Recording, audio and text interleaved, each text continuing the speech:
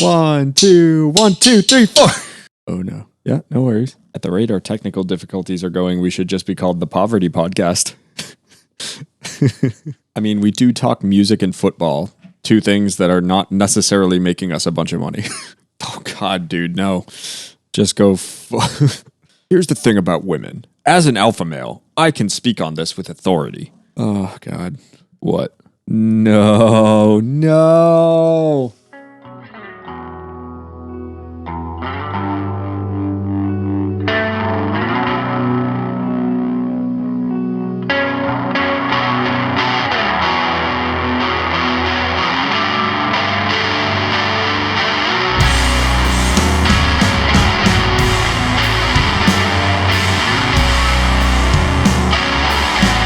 Welcome back to the Packy Run podcast. My name is AJ Goodwill Hunting Boston Hardcore Lagambina. And I am Dan, actually Ken Dorsey, offensive coordinator for the Buffalo Bills Mayotte. This is the second take of trying to record this. So we tried to do this on Tuesday, and we were an hour and a half in. Everything was awesome. We were great. And then my file just decided to corrupt. So tragedy strikes the Packy. We are doing... Tragedy strikes the Packy Run pod again. Correct. Which, I mean, I guess it gives us more time to think about our have some more thoughts. And we also had a football game last night, too. We're recording this on Friday, September 30th. So we can give you our thoughts on, what we saw on during that game. Yeah. So, I mean, we covered, when we were recording earlier, we covered a little bit about like what's been going on in our lives and stuff. Dan came back from Riot Fest since the last time we recorded, which we'll get into in a little bit. I'm in the middle of my busy season at work, and it's finally caught up to me. I woke up this morning with just sinus pressure and feeling crappy. So if I sound really nasally this week, that is why.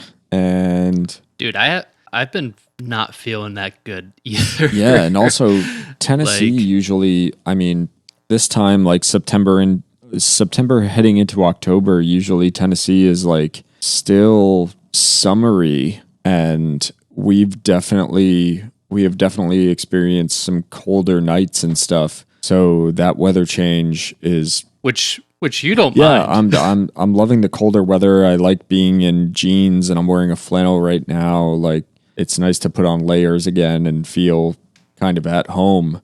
But when the transition is that quick, like, it's just screwing with my entire internal system right now. Yeah, I didn't even think about that. Maybe that's why I haven't felt that great. It has been a little bit colder in Massachusetts. So I've gotten like a little tickle in the back of my throat, but it's also allergies too. Allergies have been killing me. Like, I don't know what it is. But yeah, Riot Fest, you're in your busy season. I would say I'm in my busy season again, but it seems like every time I go on this podcast, I say it's the busy season. I mean, we have our regular season open up, and we're also selling some holiday stuff as well. So always busy, always something going on. What are we drinking tonight? Tonight I've got the remnants of a High Noon, which, given my current state, I probably shouldn't be drinking, but the peach High Noons are just so delicious that why not? It's a drink. Why not? It's pretty good. I can enjoy like a High just Noon. Call me El Presidente. One bite, everyone knows the rules. Oh, you like that nice New York fold, that nice New York flop. I mean, hey, he rated Regina's pretty highly. Regina's got pretty highly. Pepe's, pretty much all the New York places got pretty high ranks. Yeah, all the good places. I made a cocktail. What are you, Josh Lutz? I made ranch water. You made ranch water. For those who don't know, Oh, hell yeah. yes. All right.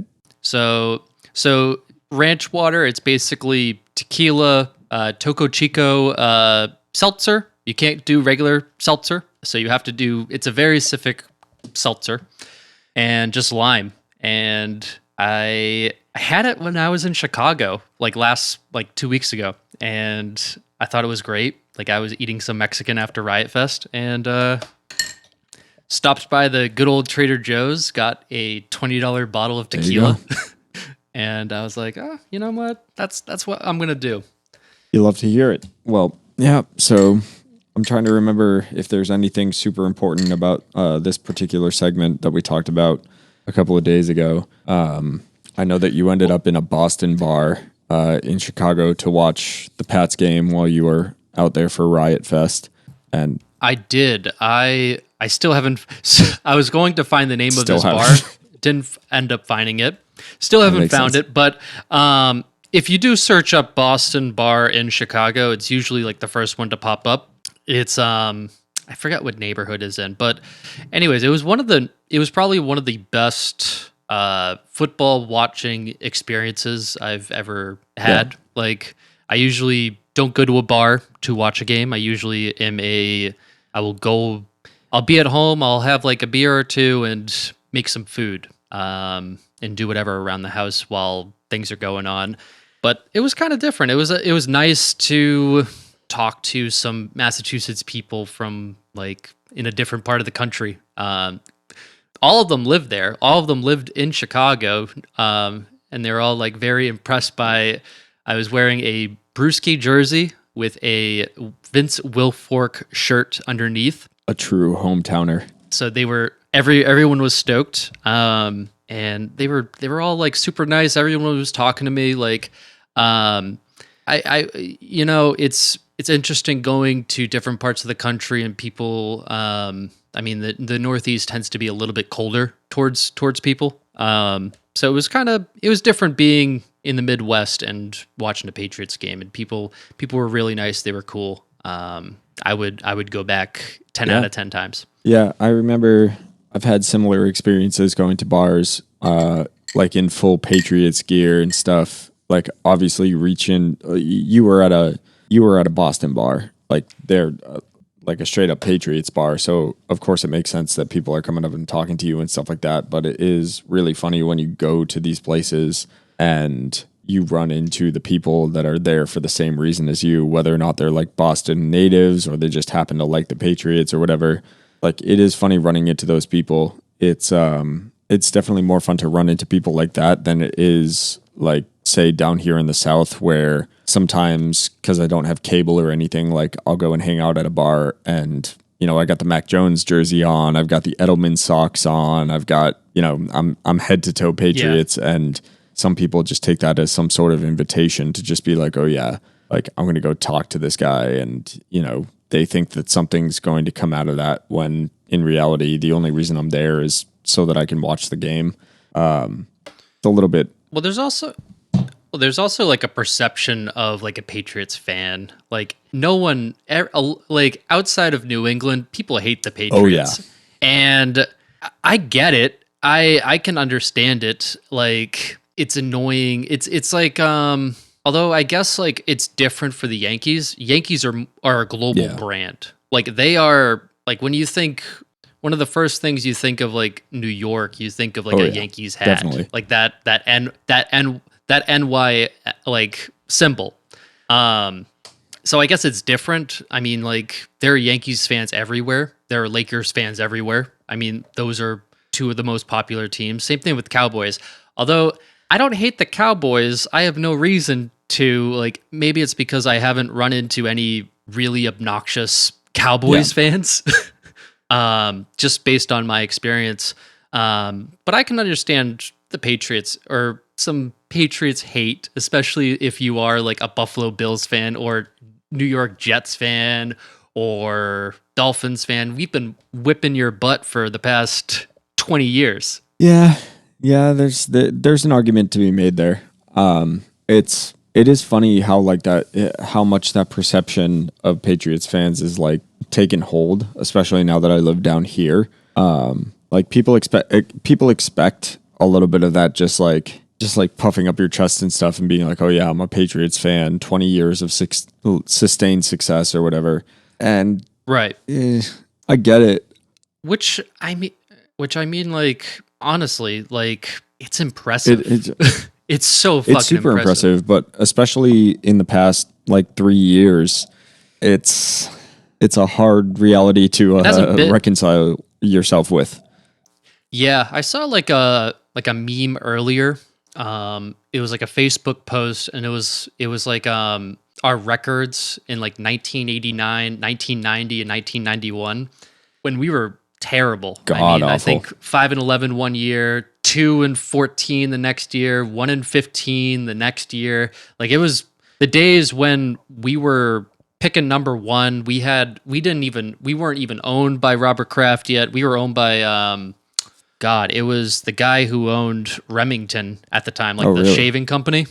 Yeah, it was bad. I mean, that was when we drafted Drew Bledsoe, and he kind of turned things around. But people, like, the post was like, for those of you who are young and aren't old enough to remember this used to be the Patriots. And we've come a long way from there. I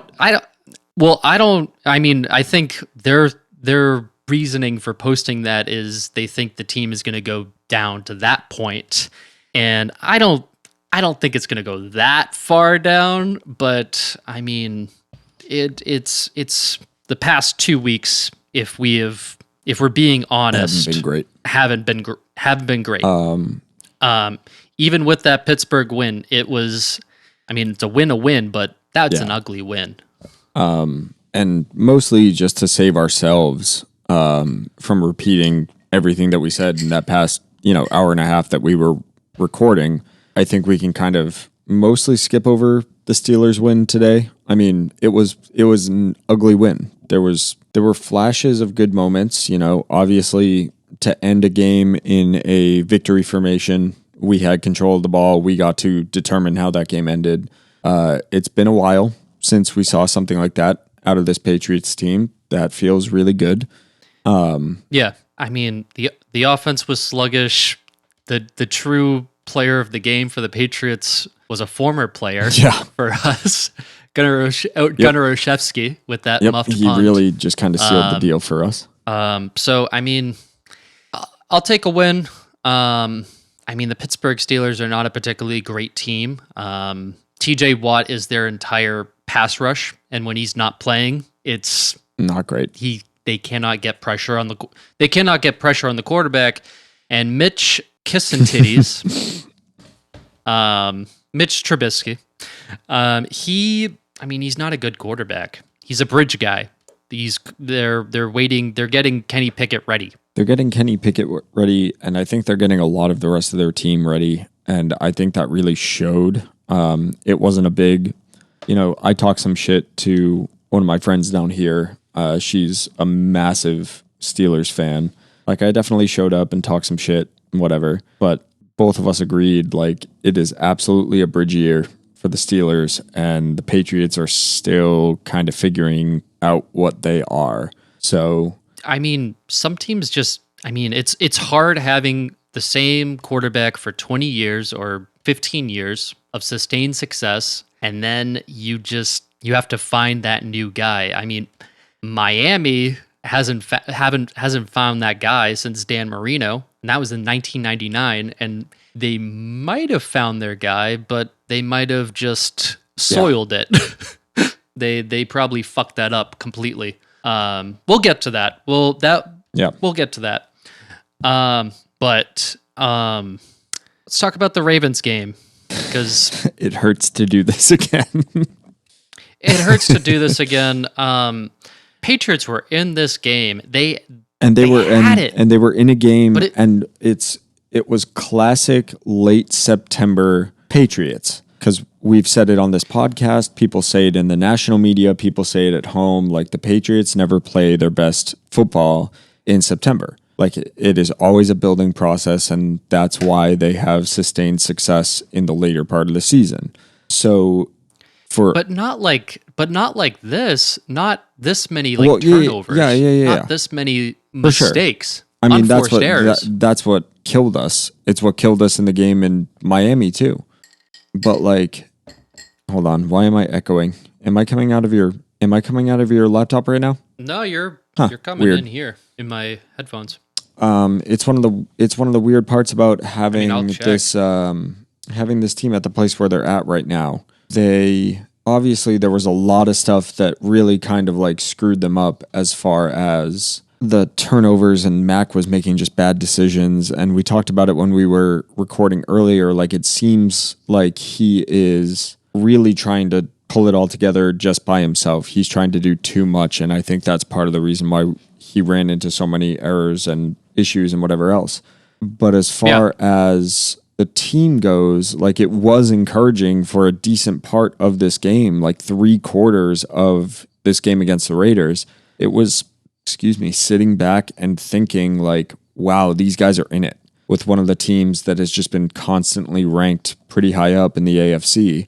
Like, they are playing up to their opponent. They're really matching their opponent's style on both sides of the ball. And then it just fell apart, and it really fell apart in epic fashion with that high ankle sprain that Mac Jones is dealing with right now.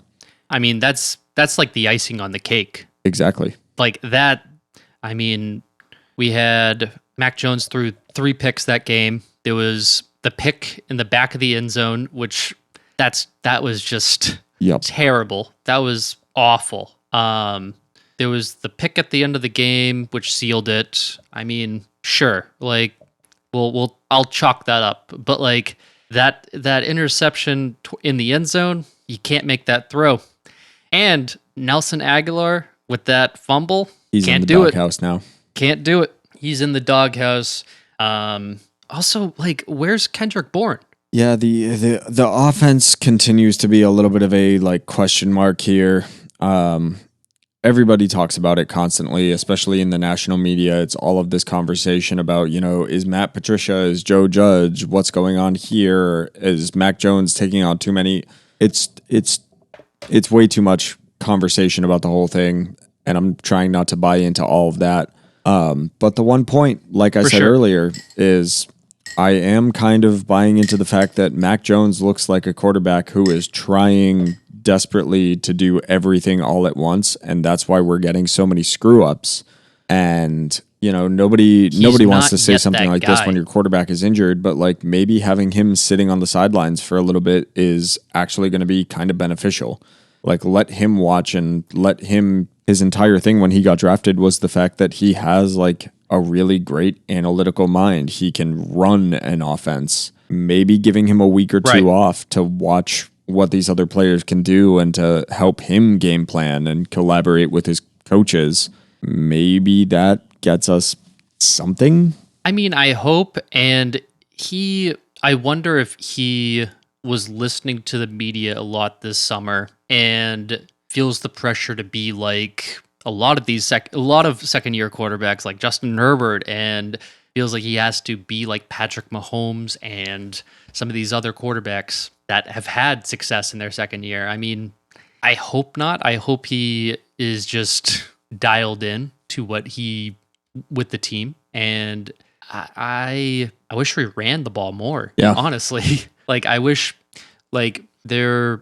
give Damian Harris the ball, give Ramondre Stevenson the ball, give them some more opportunities, because they haven't had the chance yet this year. It has been a pretty balanced attack so far this season between Mac Jones and the running game. But I mean, there's problems with the play calling. There's problems with Mac throwing bad passes. And I said this like a little bit, like Mac doesn't have the arm strength.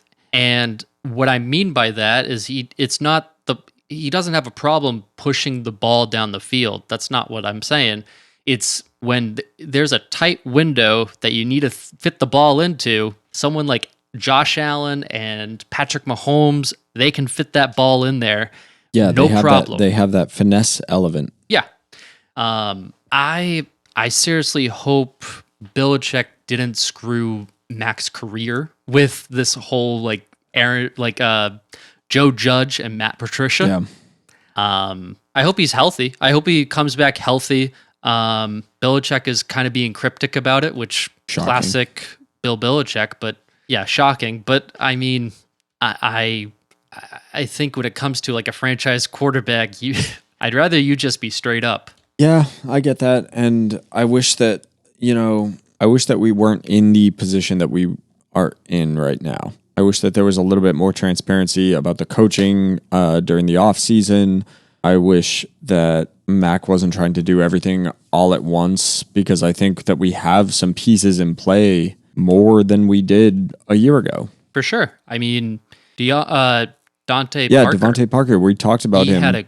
He had a great game. That was a breakout game for him. I hope to see more performances like that. And even if the production wasn't all there, I hope that we see more of that kind of fire and energy out of him and that separation. Yeah, for sure. Like he put it on. He was we had our chances. We're a young team and we don't know how to win. So looking forward a week from now, as far as the Patriots are concerned, I think it was confirmed today that we have Brian Hoyer as our starting quarterback. I mean, we'll have to see. I mean, especially against the Green Bay Packers. Green Bay Packers are a good team. I mean, they have a good defense. They have Aaron Rodgers. They have a good running back group. They don't have really good wide receivers, which that's good. But like, I mean, you still have Aaron Rodgers like throwing the ball out there.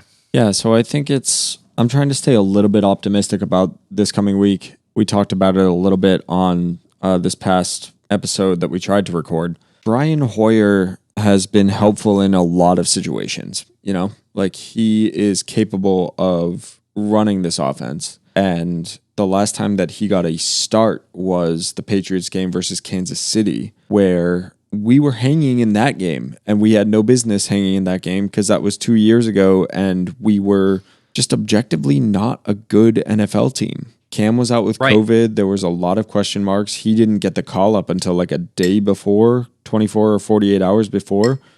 And the Kansas City game wasn't as bad as it could have been. So with a whole week of prep time, I'm willing to bet that we see a decent performance out of Brian Hoyer. I'm not willing to say that we win, but I'm more confident going into this than I was 2 years ago in a similar situation.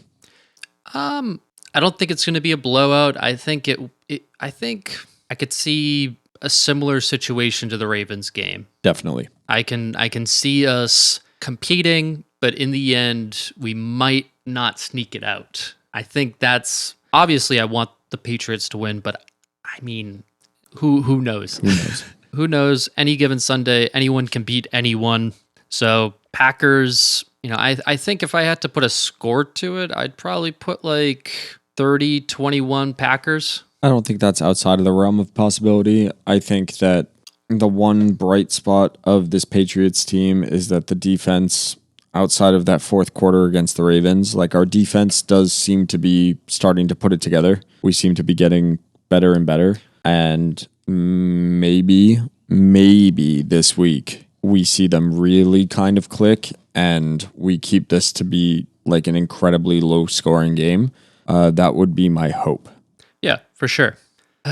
So that's our bridge thoughts on the Patriots from last week and also this week. Hopefully, and we'll have some more thoughts after that game and give our thoughts and opinions when they face the Lions afterwards. Which I hope Hoyer or Mac or Bailey or anybody, I think there's a decent chance we can handle the Lions. I mean, the Lions so far this year, I mean, they have scored the third most amount of points, which is insane. They're on the up and up. I'll give them credit where credit is due.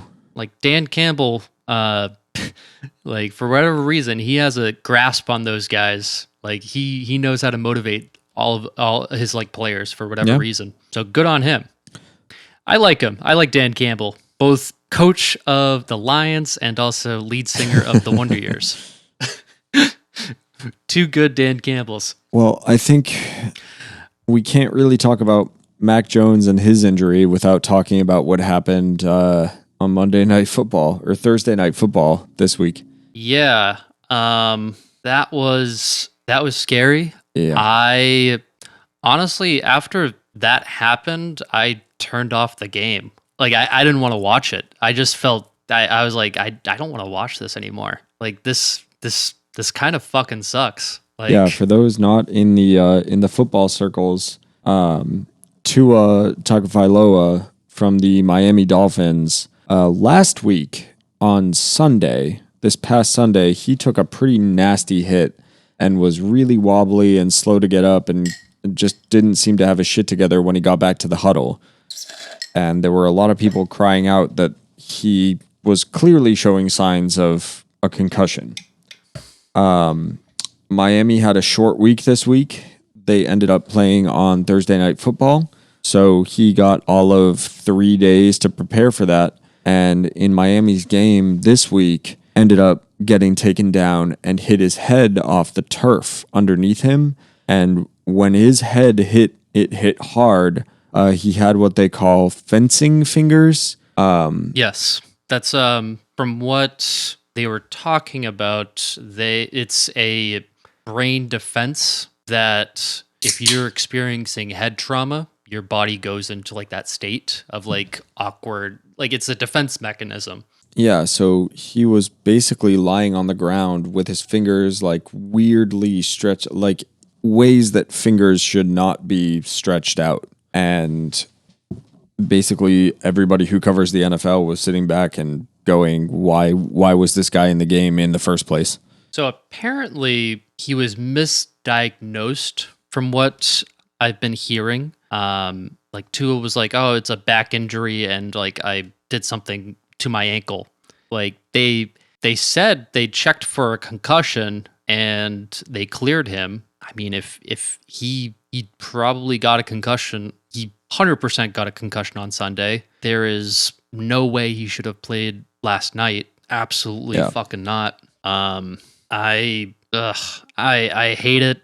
I couldn't watch the rest of the game. Yeah, I didn't catch that much of the game to begin with, but I did end up seeing that play, and that's just sickening. With all the talk that we've had in the NFL media about player safety and everything else, to let him play in the first place didn't really feel good. And then to watch that happen, and yeah, you hope that the guy's okay. I mean, the NFL doesn't care about player safety. They don't care. No, but with the players union kind of cracking down on a lot of that kind of shit and everything else, you thought that you wouldn't be seeing, especially not in week 3, or I guess technically week 4 now, but you would think that they would try and prevent that with everything they could give, and it was not fun to watch. No, that was not fun to watch. Hope I heard he's out of the hospital. He's doing better. But I mean, do you really want to, I mean, I don't even know what to say. Yeah, I can already see some of the thought processes and some of the things that we're going to be hearing, especially considering Miami's whole thing with Tom Brady this offseason. Like what a bad franchise. What a terribly run organization. Like you don't like to see any of that. And they're going to find what they're going to find, and the narrative is going to be what it's going to be. But also, you hope to see some people sit back and like hand down more fines, take away more draft picks. Just it's very clear that the Miami organization has not been handling themselves with a lot of integrity for the past couple of years, and you hope to see some sort of justice on that front. But also, we went through an entire offseason with the whole Deshaun Watson thing and everything else, so I don't have a lot of. Well, what is the NFL gonna do? I mean, is they like experts say 7 days is enough time to recover from a concussion? I mean, I don't know. I don't know the statistic, but I'm 100% certain that most people when they enter the NFL have already at least had one concussion. I can confidently say 100%. that. I mean, college football is brutal. High school football is brutal. Football in general is brutal. It's a violent sport. Like, is 7 days enough to recover when this is your second concussion? And when you're playing this sport at this high of a level. Like, should they up the amount of time you have to take off if you do have a concussion? Should it be 2 weeks instead? That's not the worst idea I've heard. I don't think that's so bad. I think that's probably, I mean, he's probably done for 3 months. I mean, the way that his body reacted, and apparently on his way out, he had full control over his extremities and everything else. So great.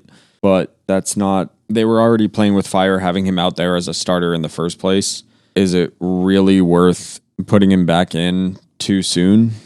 From a human standpoint, the answer is a definitive no. And I wouldn't blame Tua if he didn't want to play another down of football and wanted to just retire. oh, I mean, at that point, yeah, I get that. Like people knocked Andrew Luck when he retired a little too early. Like Andrew Luck retired when he was 39 years old, and he would still be competing and still be good at this point. But like he was like, fuck it, like I've made my money. Like I just had my first child. Yeah. Like I have nothing. I mean, Andrew Luck had a terrible injury-filled career, and the worst part about that is the last moments of him on the field, he was getting booed. Yeah. That's a terrible look. I mean, respect to Andrew Luck for caring about his body and caring about like his like, there are more important things than football. Definitely. I mean, we talk about football, we love football, but like, I mean,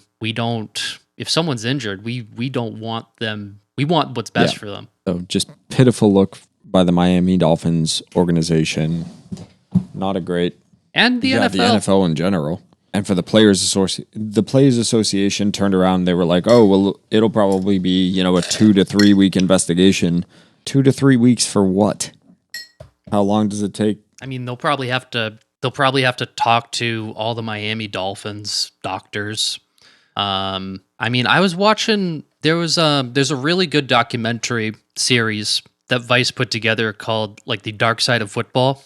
And there's like a couple different episodes, but there's one episode on injuries in the NFL. And one doctor was like former like team doctor. I think it was the Patriots. He said, yeah, like I was pressured to allow people to come back, sign off that they're able to go in, even though it was like too soon. So it's not just doctors. It's not just the doctors. It's also just coaches and the owners and GMs, and it's across football culture. Yeah. You're tough. You gotta play through this. And mental toughness only goes so far. I mean, people out there are human beings, and they should be treated that way. I mean, look at the amount of players who have committed suicide, and like Junior Seau. Yeah. He didn't shoot himself in the head. He shot himself in the chest. They could study his brain and how much CTE that man had. Aaron Hernandez, he was pretty young when he passed away, or pretty young in his football career. Severe CTE. And on that note, going in a totally different direction, how badly do you want ESPN to do a 30 for 30 on that Gators team from whatever it was, 2009? God, that just... I want some real investigative. That would be real investigative. Why is reporting a word that I can't say tonight? Yeah, I want them to go in on that team. It would be interesting because I mean, I think they had like 30 players arrested. Like maybe not 30, but like they had so many players arrested during that year that went like under the radar, including like Aaron Hernandez getting arrested. Tim Tebow was on that team. Cam Newton was on that team. Aaron Hernandez. Who the hell else? It's Cam Newton. Cam Newton got kicked off that team. I forget what he did, but he got kicked off. Like so many of the dramatic stories in the NFL for the past 10 years, or frankly, even just the nutcases that were playing in the NFL in the past 10 years, they came from that team. Hey, we drafted quite a bit of them. Besides Aaron Hernandez, we drafted like Brandon Spikes, I think. There's a couple other ones, but like, yeah, that would be an interesting doc that I would watch. But shout out to Tua. I like him. I wish him well. I hope for a speedy recovery. Yeah, and I thought that Tua was way overhyped heading into this season, and 3 games in, kind of hard to deny the skill there. So that's obviously less important. I mean, you put weapons around him. Yeah, and obviously less important than hey. his actual like well-being, but damn, dude, kid can play. Yeah, for sure. All right. On that note, anything else we want to add to this? Not really. I think I'm looking forward to another week of football. I'm looking forward to seeing what kind of shit show the Patriots are going to show us. Hopefully, we get some updates about Tua's condition and see if we're going to see him play again this season, and especially if not, what the hell the NFL is going to do about this, because it shouldn't have been a thing in the first place. For sure. For sure. All right. I'm going to save this now. So pause the recording. All right. Yeah, so just had to pause real quick because I had to make sure that everything got saved and we can actually get this episode out for you guys. But after talking about something heavy, we're gonna talk about let's talk about my gig report at Riot Fest. All right. I mentioned some of it beforehand, or I mentioned not some of it beforehand, but I mentioned it last time, but I will we were just getting into it when I was just getting into it when everything got corrupted, unfortunately. So Riot Fest, it's in Chicago. It was the weekend of September 16th, 17th, and 18th in Douglas Park, and a lot of heavy hitters performing. I'm gonna say this: festivals are exhausting. I haven't done a festival in a long time. It was damn, so much standing, so much time in the sun. Like, I was caked in sunscreen, but no sunburn. That is like the biggest win. I was like, my goal this weekend or that weekend was like, I'm not gonna get a sunburn. No. Yeah, that's no sunburn. No sunburn for me. And it happened. So we got there for the first day around like 3:00. The nice thing about festivals, you can kind of show up whenever you want. And so I think the first band I truly saw was Jeff Rosenstock. Fantastic. It was a fantastic set. Jeff always performs a hell of a set every single time. Although there was a problem with his set to begin with. Something wrong with the sound, so there was a little bit of a delay for a while. I don't know what happened. I made a joke to some of my friends. I was like, "Oh, Mike would never." like music industry club from back in UNH. And then I'm gonna just skip around because I forget the time period. I did see Taking Back Sunday for the second time. And honestly, like earlier this summer when I saw them, I was like, damn, not good. But they were actually pretty good. I mean, considering they probably have taken some time off and this is a one-off show that they're doing. They've had the breaks and everything like that. I feel like Taking Back Sunday is also like a Riot Fest staple. So I feel like they kind of had to bring their A game for that. And the rest thing is probably straight on, like knowing that band the way that I know them. Adam Lazzara has spent 15 years singing songs that he couldn't really sing in the first place. And being like a 40-year-old smoker just screaming those songs constantly. Mm-hmm. It's not a surprise that a lot of people have made comments about Taking Back Sunday not really sounding like Taking Back Sunday, but I'm happy to hear that somebody saw them at Riot Fest and felt good feelings. They were better than the first time I saw them, for sure. I caught half of the Descendants set. I've never seen the Descendants before, and I love that band. I grew up in high school like listening to them a lot, so it was cool to see them finally. And then, you got to take care of yourself during festivals. I think you spend so much time wanting to see every single band, but you have to know your limits. I think when I was a little bit younger, I probably would have stayed for the Descendants and waited on food like till like 9:00 or something like that. But I can't do that. I gotta be true. So I stood in line, this long ass line for an Italian beef and sausage sandwich. And for pretty much the entirety of the Wonder Year set. And I mean, if I had to be stuck in line anywhere seeing anyone's Watching set, the Wonder Years isn't the worst way to do it. it's not bad. It's probably the best way to go about it. So I'll take that every single time. They sounded great. They were awesome. They played some of their new songs. They came out with a new album last Friday, and it's actually really good. I would recommend checking that out. But yeah, they were fantastic. I enjoyed their set. I think we walked around a little bit more or hung around. I saw Bleachers. Bleachers was great. I know a couple songs here and there. I know I Want to Get Better, but they were one of the best sets I saw at Riot Fest that weekend. They had 2 drummers, which is always that's a live music life hack. Yeah, that was so cool. Not a lot of bands have that in their live repertoire. Damn, we're pulling out the vocabulary today. But yeah, they were fantastic. I didn't know any of the songs really, but they were just entertaining and they killed it.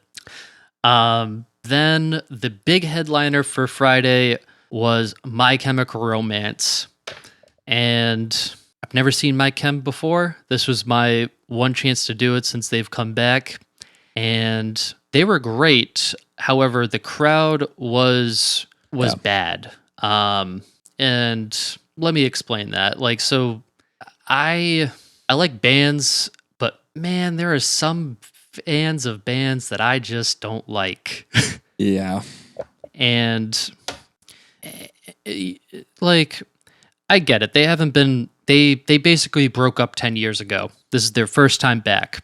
I get the excitement, but for whatever, there were several times during the concert or during their set they had to stop because people at the barricade were getting crushed. I heard stories of people in the pit getting mauled. I heard somebody they broke their leg in the middle of the pit. Just brutal stuff. They had to stop several times to have people try to take steps back because they were getting crushed. Eventually they went off stage and their production manager was like, "Hey guys, I'm serious, everyone in the back." So I was in the back, take some steps back. And every single time that they said take a step back, I took a step back. Nobody else behind me or in front of me took a step back, but I was like, I don't have enough skin in the game. Look out for the other people. I don't have enough skin in the game, but I care about the people at least at the front. I'm not gonna be them, but I want people to enjoy their experience for what it's worth. But they played all the hits. They were fantastic. I didn't stay I think I skipped out on the last 2 songs because I was like, I turned to Justine and I was like, "Yep, I heard everything I wanted to hear. Let's go." They ended with the song "Cancer," which interesting choice. That is, if you don't know what song that is, it's a very chill song. Justine likes to say it glorifies cancer, but I think it's just part of the narrative. But it's part of the narrative of the Black Parade. So it's a cool song, I guess. Hella depressing, very much for sure. And then after that, the next day, woke up, ball of energy. No, I'm just kidding. We were fucking tired. We went to Chicago Diner with a couple of our friends. It's a vegetarian diner, so pretty good. Got a chilaquiles, which is basically I would describe it as morning nachos. All right, it's fantastic. It's really good. I would recommend. But let me see. Started off with the Get Up Kids. They were playing 4 Minute Mile in full. So that was pretty cool to see. And then they still had some leftover time, so they played some of their hits, which is great. I saw 7 Seconds. If you don't know them, they are a hardcore punk band from the 80s. So really cool to see them. I was stoked. Was into them in high school, and they just got back together. Yeah. Fun fact. Saw Movements. They were cool. If you like them, if you like Story So Far, Yeah, you would probably like them. Really like Movements. Didn't know any of their songs, but a solid choice, solid band to watch. I had fun. I saw the Menzingers. They did On the Impossible Past, and I've never seen the Menzingers before, and this was an awesome way to see them. Just playing an album in full. One of their best albums. The album that the first album we did a track by track for. Fun fact. So something that we hold very dear to us. And something that we're probably going to get to go and see in November again. Which Justine jokes around and is like, "Oh yeah, I'm good. I don't want to see that." I'm like, "I want to see that. I'll go see that again. I'll see that. Fuck it. I'll see that any day." There was a couple other ones as well. There was times I just hung out and didn't do anything. You kind of need those periods of time for sure. Just breathe and relax and chill. Anybody that's ever been to water. Anybody that's ever been to a Warped Tour knows there's usually that like hour, 2 hours where you end up just sitting under a tree somewhere and you're just like, oh my God, I need. That was me for a lot. Cause it's tough, man. Because it's tough. We're old, Dan. We're old. Dude, I'm turning 28 next week. We're aging punk rockers, and that's not a good look. True. That's why we have a podcast. That's how you know that we're aging punk rockers. We have a podcast. For sure. Yes. I saw the Story So Far. They always seem to put on a really good show. They're great. I weirdly turned around on that band lately. They've been like, the narrative has kind of switched with that band, which is interesting because for a while everyone was like, "Oh, it's just a band that hates like women, like blah blah blah blah." Like now people are like people in retrospect are now like, the Stories so far are actually really fucking good. It's so weird, like the trajectory of their albums too. That first album is like, it's very late 2000s cringy. My girlfriend broke up with me and now I hate women. Like there's a lot of lines on that album that I just don't get. But I very much remember waiting for What You Don't See to come out. I pre-ordered it. I had all the stuff, and that's a solid record. Really holds up well. The self-titled record after that is basically just What You Don't See Part 2. So there's a couple of songs, but it's not really my thing. The fourth album, Proper Dose, is again very kind of samey. Like their sound is not very expensive at all. There's not a lot of variations on what they do, but for some reason that fourth record really kind of hits.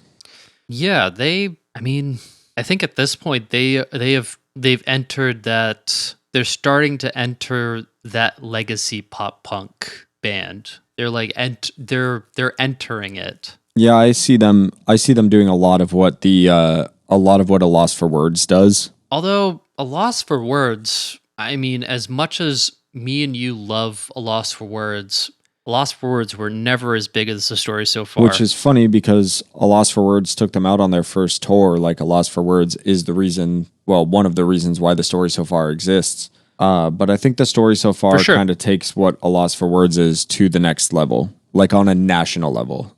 So what you and I are used to in New England with A Lost for Words is just like anytime they play a gig, anytime any of those guys do anything musically, like we're there. We're supporting. Those guys are awesome. They wrote great records. You want to support those guys. I think The Story So Far is 100%. Probably, if I were going to put money on somebody's career, which is a bad bet in the first place, I'd say that The Story So Far does the same thing, but on a more national level, which God bless, man. If you can play gigs like that and still keep the energy up and still keep people coming out, keep getting them checks. Yeah, they kept the energy up. They were great. Let me see. I saw some Madball set. Old head shit. Caught a couple songs here and there. They were good. Madball is like that New York City hardcore from like the 90s. Although Fantastic. I don't know why I say I want- old head shit to Madball and I didn't say that to 7 Seconds, because that's 7 Seconds is like That's- deep cut. that's old head hardcore. You're a lifer if you're a 7 Seconds fan. I mean, I wouldn't call myself a 7 Seconds fan, but I know a couple songs. I was watching them. I was like, this is sick. Like this, they were. Was there they're any cool. part of the weekend where you thought you might come out of Mosh retirement? Oh, absolutely not. Absolutely not. I ended it with Gorilla Biscuits on a cruise ship, So and fucking sick. that's the way I'm going. I know out. that like punk purists are going to be like, you watch Gorilla Biscuits on a cruise ship. What is this? But dude, Well, I mean, for in New York, I don't know if they still do this, but there is a series called Rocks Off Cruises, and Grill Biscuits was playing, and I'll just go into the story. Justine does some of these merch opportunities, and she did one for like she did one before for Rocks Off Cruises. She did one for like Every Time I Die. So that's cool. I'm not into them, but if that's your thing, that's cool. Justine was like, yeah, have you ever heard of this band called Gorilla Biscuits? And I was like, of course I have.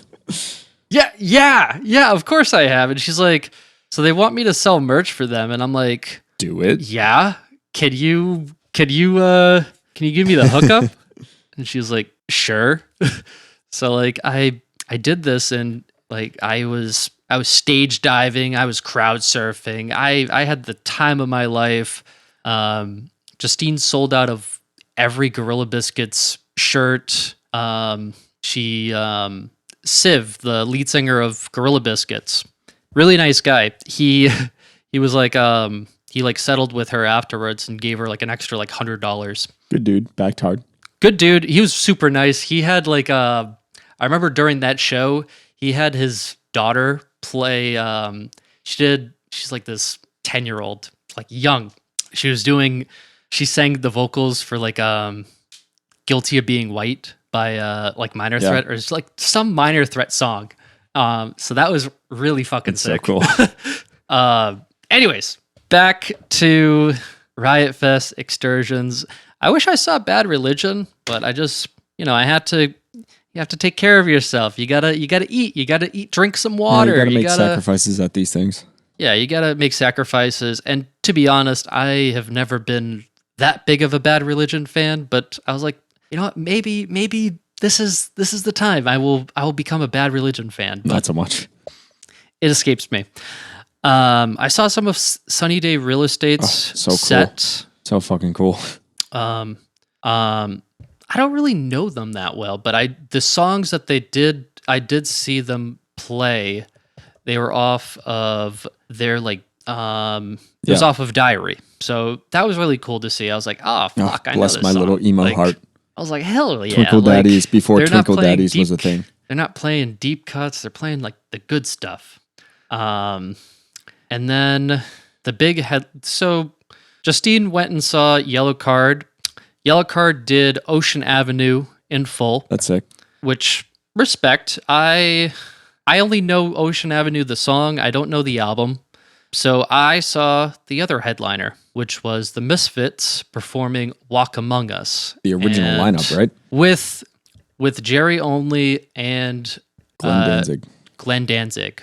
And man, that was a treat Yeah. to see. At first, I was like, "Damn, Glenn sounds like shit." But he, I guess I spoke a little bit too soon. He warmed up, and he sounded great. They were awesome. They played all the hits. They played like the old shit.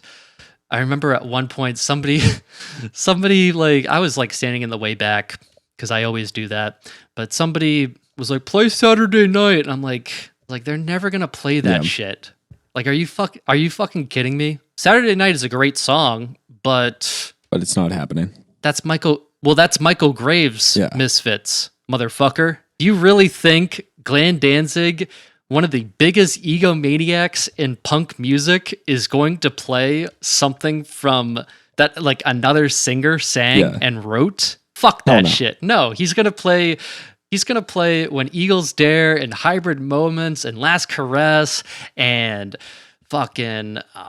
What are some of the hits from? Let me reminisce, because Misfits were one of the first bands I truly loved. I had a bunch of their merch. I had a bunch of their CDs. I had everything. Well, especially when you and I were coming up. I mean, the Misfits were a merch brand before they were an actual band. Oh, they still are. And I mean, this is a much better way. So like I had the chance to see them like 10 years ago, but unfortunately that didn't end up happening. So my friends, back in the day, there was pay to play shows. I'm pretty sure those are still a thing. Still a but thing, and fuck that forever. They're still a thing, but this was back in the day when you would see these everywhere. But it was like basically like sell 20 tickets and you get to play with the Misfits. And of course I bought one for my friends. I was like, I'm going to support my friends. They ended up playing that show, or they were on that bill. And I remember when I strolled, I was like 15 or something. My parents were dropping me off. My parents, or maybe I was 7. Whatever, doesn't matter. My friends are outside at the gig. They're hanging out. They're with this older guy, and they're like, Dan's here, Dan's here. And I'm like, and this older gentleman's like, yeah, Dan's here. And I'm like, okay. I am all here. Right, cool. I am Dan, and I am here. I am here, and we're talking, we're shooting the shit, and I remember my friend was smoking a cigarette, and he's like telling us this story about how like he one time bought a pack of cigarettes, he smoked one and then nearly got into a car accident, and so he threw the whole pack of cigarettes out the window, and he was like, I've never smoked a cigarette since. And we're just like, okay, yeah, cool, like that's nice, old man. Sick. All right, thanks for telling us about that. And we're like, oh, like we're still talking, and he's like, oh yeah, I gotta go do something, like I'll see you guys around, and walks away. And one of my friends turns to me and is like, do you know who that is? Do you know who that was? And I was like, nah, no idea. And they were like, that was Jerry Only. I'm like, nah, that was... No way. nah. They were like, yeah, that was Jerry Only. And like, he didn't have the makeup on. He didn't have the devil lock. He was just dressed in normal clothes, like, you know, black jeans and like a leather jacket or something like that. You know, old man punk Jerry things. So yeah, that was a pretty cool moment. Didn't end up seeing that show because my friend later smoked weed laced with PCP, so he had to go to the hospital. So that was not good. So I missed their set because I was helping my friend. Yeah. And I remember talking to all the people that I was with at that Misfits show. I hung out with last weekend, and I told them about seeing the Misfits this week, like at Riot Fest, and they're like, oh yeah, you didn't miss that show at all. Like you're way better off seeing them like with Jerry Only and everything. Like you didn't miss anything. I'm like, oh hell yeah. Fuck yeah. 10 years of worrying just out the window. So yeah, 10 years. So like now I'm like, hell yeah. Like that was so cool to see.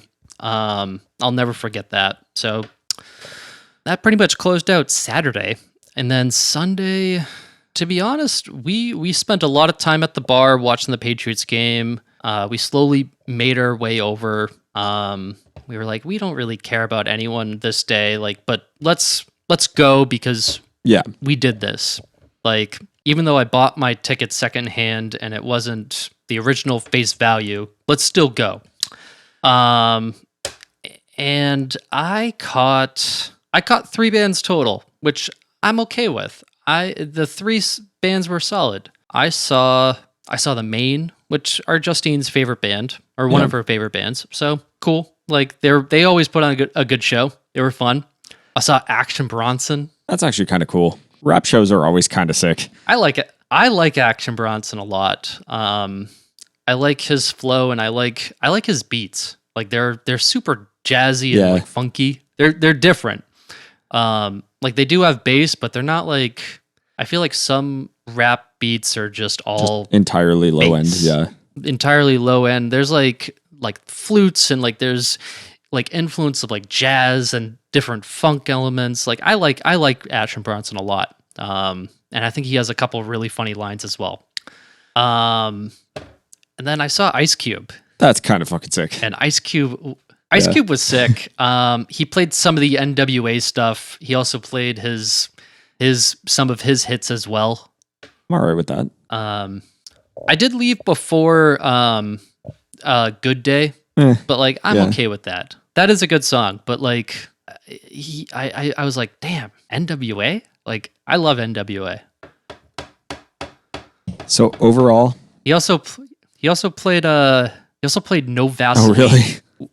Which, if you don't know that song, it's I think like NWA released a diss. So Ice Cube left, they dissed Ice Cube in a song, and then like Ice Cube wrote No Vaseline, basically just destroying them. Like it's probably one of the best diss tracks of all time. Definitely like top 3. It's so good. It's awesome. But what were we gonna say? Oh, I was gonna say, so on a scale of 1 to 10, how was your Riot Fest experience? I would say Riot Fest gives a light to soft 7. There you go. No, I'm kidding. It was good. It was an overall great experience. Not gonna Anthony Fantano it, although, man, did you see the shit with Drake? That was.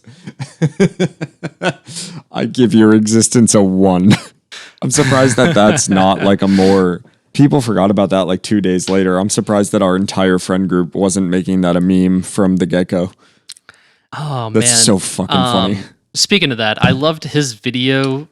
I'll get back to my Riot Fest experience in a minute, but I loved the meme video that he did where it was like Drake sending him like a cookie recipe.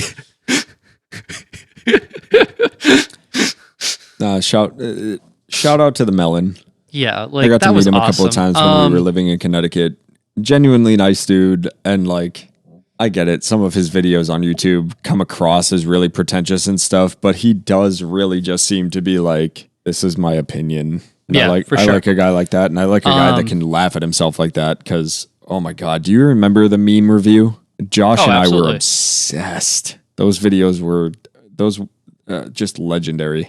If you can't laugh at yourself, like I forget what the saying is. If you can't laugh at yourself, like you just, I don't know, but like you need to be able to laugh at yourself 100%. for sure. But Sunday was good. This whole Riot Fest experience was great. I would do it again, honestly. As much as I say like how tired I was, I would do this again, depending on the lineup. Yeah. But this was a great lineup. Minus Sunday. Sunday I was kind of less excited about. Some of the bands that I missed out on Sunday were the Yeah Yeah Yeahs, Oh, that would be cool. Sleater Kitten, Jimmy Eat World, The Academy Oh, is. well, okay. So I'm mad at you for missing out on Jimmy Eat World because they are probably one of the most underrated bands of our lifetime. Somebody said that their set was not good. They didn't play any of their hits, but I mean, What does that don't person know. constitute as their hits? Because I don't know. Myself I missed- and everybody else in the world, none of us need to hear the middle again ever. That's fair. Luna Chicks, I missed Midtown, Paris, Jawbox. Oh, you didn't go see I missed Lynn? Less. Dang. No. And what was the other one that you just said? You missed Paris and just before them. Jawbox. Nah, not Jawbox. Less Than Jake, Alice Glass, Coolio, who Passed away a couple of days later. that was probably his last set ever. So rest in peace. I miss the Lindas, Mom Jeans, who I have nothing nice to say, so I'm not going to say anything. Real Friends without Dan, like Dan, their last singer. So I'm kind of good with that. And then other notable names: Safe Face. Oh, Save Face is pretty cool. They are pretty cool, but I was like, I'm good. I was. Sometimes you just need a day to do nothing, and I was good with it. That was Riot Fest. Dang. Well, it sounds pretty good. Let's get into recommendations.